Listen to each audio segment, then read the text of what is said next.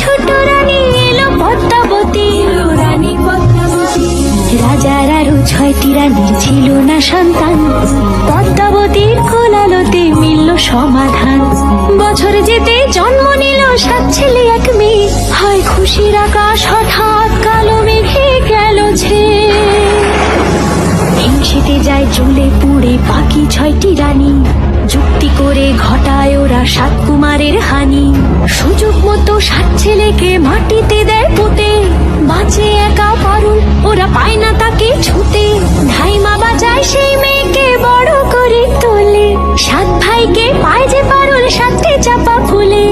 এত কিছুর পরেও রাজার বিপদ যে কাটে না, সূর্য নগরে সুখের সূর্য আর ওঠে না। হিংসা বিবাদ বিচ্ছেদ